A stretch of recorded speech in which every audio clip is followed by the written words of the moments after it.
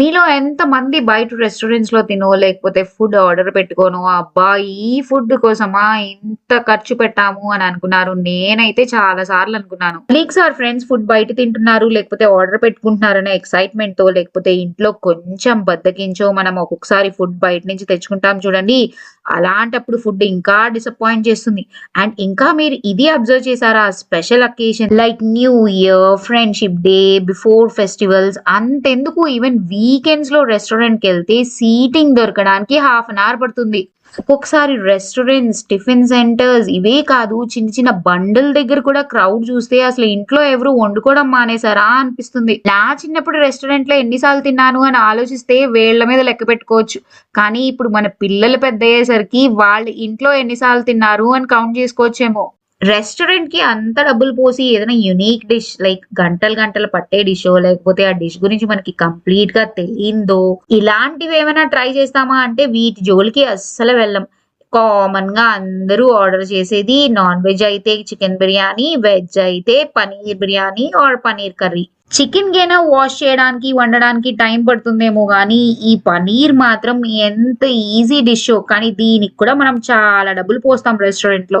Minimum 300 to maximum 350 spend చేస్తే జెనరస్‌గా ఆరుగురు ఈ కర్రీని తినొచ్చు. కానీ మనకి రెస్టారెంట్స్‌లో ఆ రేట్‌కి ఇద్దరికి సరిపోయేది కూడా రాదు.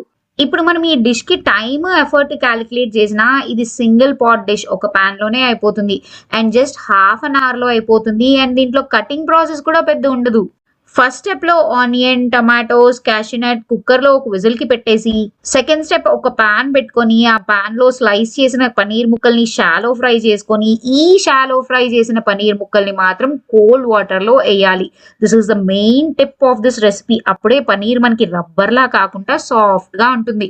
అదే పాన్‌లో ఇంకొంచెం ఆయిల్ వేసుకొని, ఆ ఆయిల్‌లో చాప్ చేసిన onions, chilli, ginger garlic paste వేసుకొని మగ్గించుకొని, మనం బాయిల్ చేసి ఉంచుకున్న onions, tomatoes, cashew nuts paste చేసి, గ్రైండ్ చేసే ముందు టొమాటో స్కిన్ తీసేస్తే అయితే బెటర్. ఎందుకంటే స్మూత్ టెక్స్చర్ అయితే వస్తుంది. ఈ గ్రైండ్ చేసిన పేస్ట్ ని పాన్ లో వేసేసి కొంచెం పసుపు, చిల్లీ పౌడర్ అండ్ సరిపడా సాల్ట్ వేసి ఇంకొంచెం సేపు మగ్గించాలి. లో ఫ్లేమ్ లో మూత పెట్టి ఆయిల్ వదిలేదాకా మగ్గించాక వాటర్ లో సోక్ చేసిన ఫ్రైడ్ పనీర్ పీసెస్ కూడా వేసేసుకోవాలి.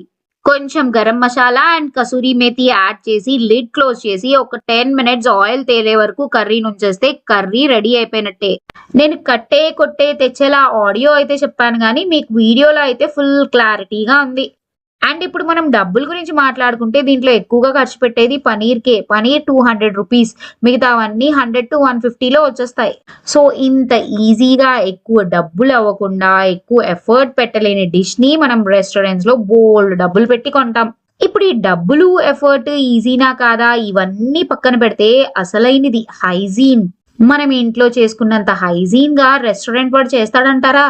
ఇంకొకసారి బయట రెస్టారెంట్‌కి వెళ్ళే ముందో, లేకపోతే ఫుడ్ ఆర్డర్ పెట్టే ముందో 1 మినిట్ ఆలోచించి అప్పుడు డెసిషన్ తీసుకోండి.